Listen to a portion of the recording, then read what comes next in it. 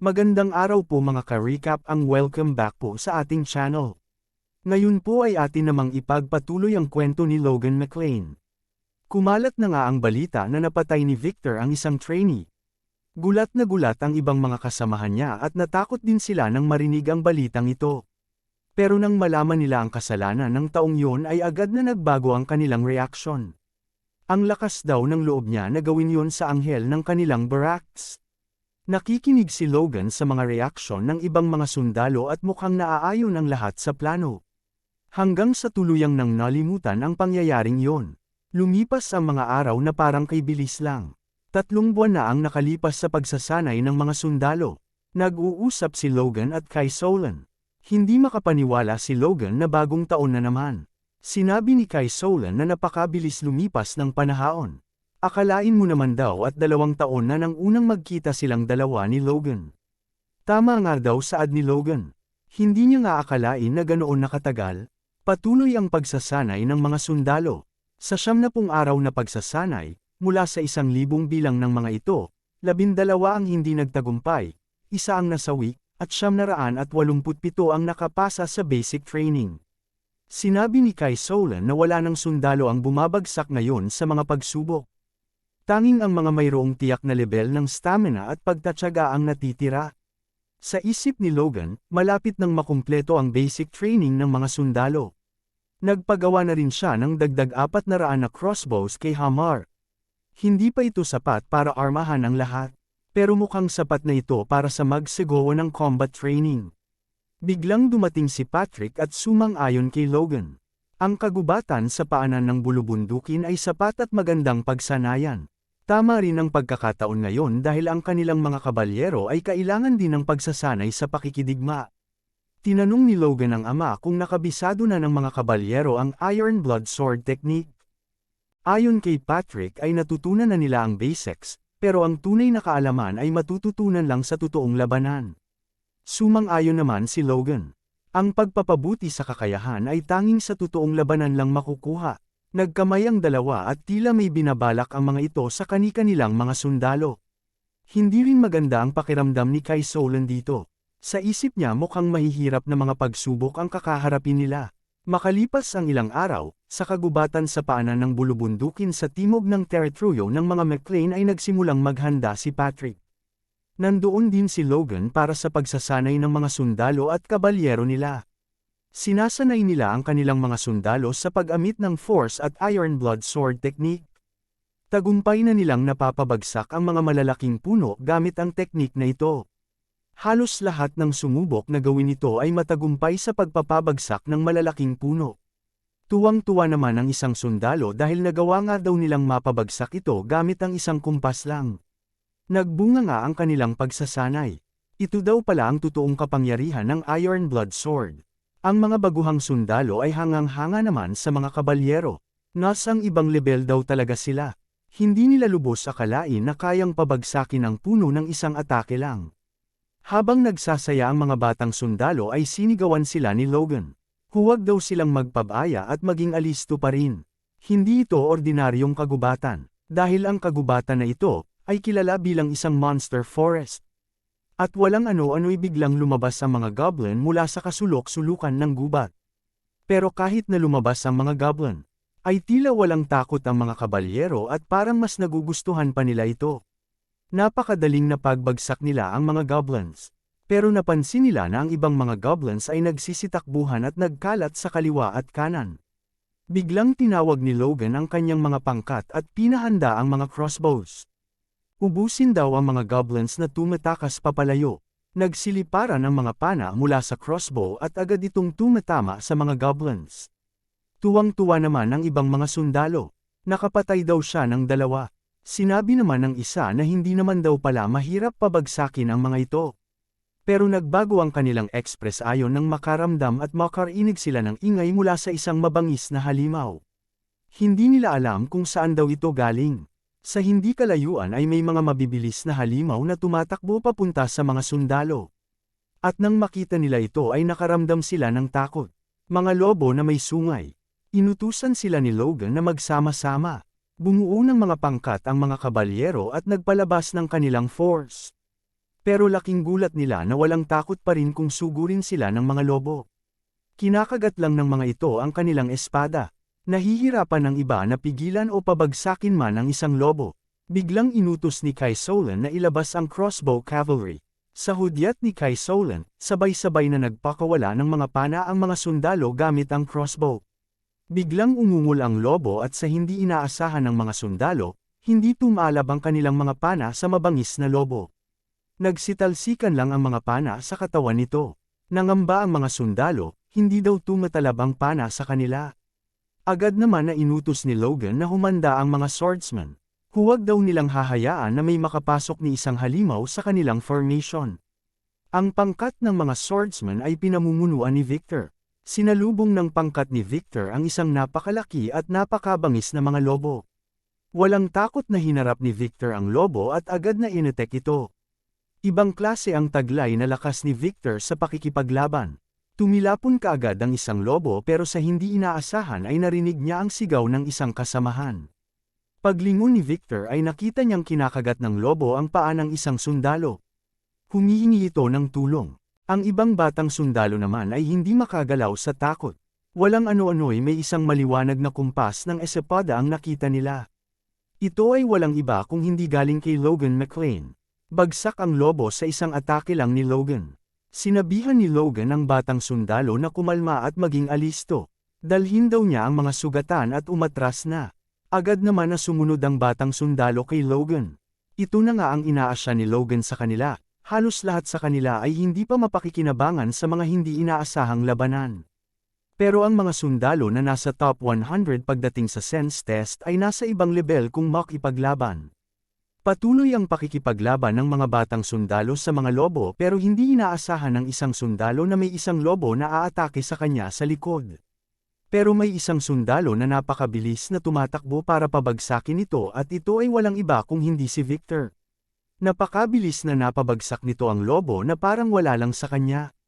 At hindi lang ito, ginagawa ito ni Victor nang may mga ngiti sa kanyang mukha. Hindi alam ng mga kasamahan niya kung matatakot ba sila o matutuwa. Sa isip ni Logan, tunay nga na nakalabas na si Victor sa kanyang sarili. At sigurado din si Logan na hindi magtatagal ay makakaapak na si Victor sa mga mundo ng aura user. Nakalipas ang mga araw at patuloy pa rin sa paghunting ang pangkat ng McClane sa kagubatan na yon. Sinabi ni Patrick na makha nito na ang huling monster sa araw na ito. Sinabi din ng kapitan na tapos na rin sila sa kabilang dako. Ayon kay Patrick ay halos 1 buwan at kalahati na rin ang nakalipas nang simula silang magsanay makipaglaban dito. Mahaba-habang panahon din ang ginugol nila. Hindi daw ito maiiwasan dahil nakakita sila ng 3 nayon ng mga monster sa kagubatang ito. Hindi daw niya lubos maisip ni Patrick, paano na lang kapag ang lahat ng mga monster na ito ay umatake sa kanilang kastilyo. Nakakatakot daw ito para sa mga tao. Salamat sa Diyos at sila ang naunang nakakita dito. Tinanong ng kapitan kung nahulaan din daw ba ito ni Logan McClane kaya dito niya pinagsanay ang mga sundalo. Napaisip si Patrick, mukhang may punto ang kapitan. Sa kabilang banda naman ay patuloy si Logan sa pangangasiwa sa ibang mga sundalo. Inutusan niya ang mga ito na putulin ang ibang mga puno. Dadalhin daw nila ang mga bumagsak na punong kahoy sa construction site kung saan nila ipapatayo ang village. Nagrereklamo naman ang ibang mga sundalo dahil 1.5 buwan na silang nakikipaglaban sa mga monsters at pumuputol ng puno. Hindi daw ito ang dahilan kung bakit pinag-aralan nila ang Iron Blood Sword. Tila walang pakialam naman si Logan sa kanila at sinabi na hindi siya makapaniwala na pinabayaan lang daw ang mga punong kahoy na ito dahil takot sila sa mga monster. Maliban sa nagawa niyang sanayin ang mga sundalo, nagawa niya rin makakuha ng mga kahoy na gagamitin sa pagbuo ng village. Sa isip ni Patrick ay tila mas interesado pa si Logan sa mga kahoy. Mas marami pang mga monster ang nakita nila kaya tumagal ang kanilang pamamalagi kaysa inaasahan pero salamat sa sitwasyon na ito. Marami silang impormasyon na nakuha. Sa mga sundalo na nasa rank 200 hanggang 500, sila ang mga may mahinang kakayahan sa pag-absorb ng force. Ang mga sundalo naman na ginagamit ang kanilang espada para makasurvive sa anumang sitwasyon, sila ang may malalakas na survival instincts. Sa isip ni Logan, maaaring kinakailangan ng survival instinct o fighting spirit bago ma-awaken. Kung maabot daw nila ang inaasahang resulta sa mangyayaring digmaang sibil ng Grandia sa susunod na taglamig. Maaari nilang mapabilis ang pagpapalakas ng puwersa nila para sa darating naman na digmaan laban sa imperyo. Tinanong naman siya ni Hamar kung bakit siya tumatawa. Wala daw ito saad ni Logan. Ngayong mayroon na silang sapat na mga kahoy para matapos ang village. May 1 buwan na lang ang natitira bago ang tagsibol. Tinanong niya si Hamar kung matatapos ba niya ito bago ang panahon ng pagtatanim. Agad naman na sumang-ayon si Hamar sa kanya. Totoo daw bang posible ito, tanong ni Logan? Sinabi niya lang yon bilang pagbabasakali. Sa isip ni Logan na alam niyang mahirap ito. Pero sinabi ni Hamar na mayroon naman silang mga mage at mga trabahador na mga ganado sa paggawa simula nang matapos ang dam. Mayroon din daw silang sapat na pagkain at ang pagpapatayo ng mga bahay ay magpapataas lamang ng kanilang efficiency habang tumatagal. Hindi makapaniwala si Logan. Kailan pa daw naging ganito kagaling at maaasahan si Hamar? Gustong-gusto ni Logan ang epekto ng bakasyon kay Hamar. Dagdag na tanong ni Logan kung hindi daw ba nakalimutan ni Hamar na sa gitna ipapatayo ang Magic Tower. Hindi nakasagot si Hamar. Makalipas ang ilang araw ay nagsimula na nga ang mga mage sa paggawa ng mga pangunahing pundasyon para sa village sa pamumuno ni Clayton. Sinimulan nila sa paghaukay at pagpapatayo ng lupang pader sa paligid. Nagpasalamat naman si Logan kay Clayton dahil pinagbigyan na naman daw nito ang kanyang mga sobra-sobrang kahilingan. Alam niya rin na hindi madali ang pagpapatayo ng Magic Tower isa-isang bagong lugar lalo na at hindi ito isang syudad kung hindi isang lupa na malayo sa kabihasnan. Sinabi naman ni Clayton na masyado naman silang pinupuri ni Logan. Ayos lang daw ito dahil nangako naman daw si Logan sa kanila ng 10 milyong ginto na suporta kada taon. Kahit sa syudad o probinsya pa daw sila ay hindi na mahalaga. Isa pa, magiging sentro sila ng isang nayon sa kaharian. Mas excited pa nga daw siya. Kung aayon daw ang lahat sa kanilang plano, ang nayon na ito ay magiging sentro ng teritoryo ng mga McLean, higit pa sa kasalukuyan sentro ng McLean at Tesron. Sa ganitong kalapad na lupa, hindi imposible magpatayo ng kastilyo dito. Pero tinanong ni Logan si Clayton kung para saan pa ang kastilyo. Hanggat magagawa nilang padaliin ang buhay ng mga tao dito at ang pagsasaka ay sapat na ito. Pero dahil isa itong malaking village, maraming tao ang magtitipon-tipon at malaki ang tsansa na magkaroon ng rebelyon saad ni Clayton. Agad naman na sinabi ni Logan na hindi ito mangyayari kapag hindi nila inaabuso ang mga tao. Tila nag-iba ang pagtingin ni Clayton kay Logan. Parang isa itong politiko na kakandidato sa isang halalan. Sinabi ni Clayton na kahit anong mangyari ay iboboto niya si Logan.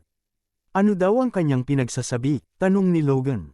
Tinanong naman ni Clayton si Logan kung sapat na daw ba talaga itong pader na lupa. Paano kung sakupin ng ibang angkan ang lupain na ito? Ayon kay Logan ay sapat na ito, dahil ang lupain na ito ay hindi man magiging lugar ng digmaan. Hindi niya ito hahayaan. Sa isip niya, ito ay dahil sila mismo ang sasakop sa ibang teritoryo kapag nangyari ito. Tunay nga na inaalagan daw ni Logan ang kanyang mga tao saad ni Clayton. Wala naman daw ito kumpara sa pag-aalaga ni Clayton sa kanyang mga disciple, papuri ni Logan sa kanya. Kinagabihan, sa ilalim ng liwanag ng bilog na buwan, nag-iensayo si Logan ng bagong teknik. Makikita sa kanyang mga mata ang konsentrasyon. Huminga siya ng malalim at sa napakabilis na pangyayari ay pinakawalan niya ang isang napakalakas na teknik. Tila may lumiwanag mula sa kanyang kinakatayuan at umabot ito sa kabilang dako malapit sa mga bundok. Matapos kumalma ang paligid ay makikita na may maliit na butas sa gitna ng malaking bato.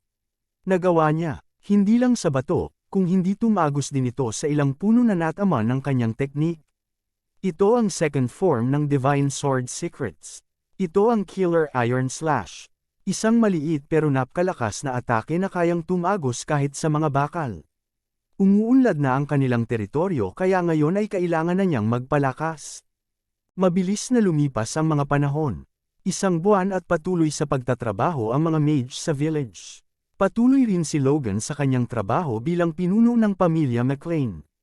Makalipas ang 2 buwan, nakumpleto ang McLean Town.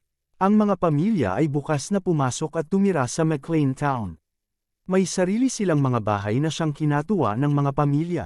Hanggang sa dumating na ang tag-init. Nagbigay ulat si Dwayne kay Logan. Ang pag-reclaim daw sa lupa ay umuunlad ng maayos, Ang tanging problema lang nila ay ang kakulangan sa manpower dahil masyadong malawak ang lupain. Sinabi ni Logan na ang mga refugee ay unti-unting pumapasok sa kanilang teritoryo dahil kumakalat na ang balita tungkol sa lupa. Tanggapin daw ito lahat ni Dwayne para makakuha sila ng manpower. Tinanong naman ni Logan kung may balita daw ba siya kay Hamar. Ayon kay Dwayne ay nasa bakasyon pa rin daw ito matapos ang pagbukas ng McLean Town. Mukhang matagal-tagal bago siya makabalik. Iniisip ni Logan kung napasobra daw ba ang araw na ibinigay niya kay Hamar. Pero mukhang ayos lang siguro ito dahil matagumpay ang construction ng town at ang dagdag na mga crossbows. Sinabi ni Dwayne na narinig daw niya na nakatanggap si Hamar ng maraming mithril bago ang kanyang bakasyon. Totoo daw ba ito? Totoo daw ito, saad ni Logan. Binigay niya ito kay Hamar para paglaruan niya habang nasa bakasyon at makagawa ng sandata ng mga kabalyero. Sinabi ni Dwayne na parang wala pa rin palang bakasyon si Hamar. Bakit naman daw, tanong ni Logan.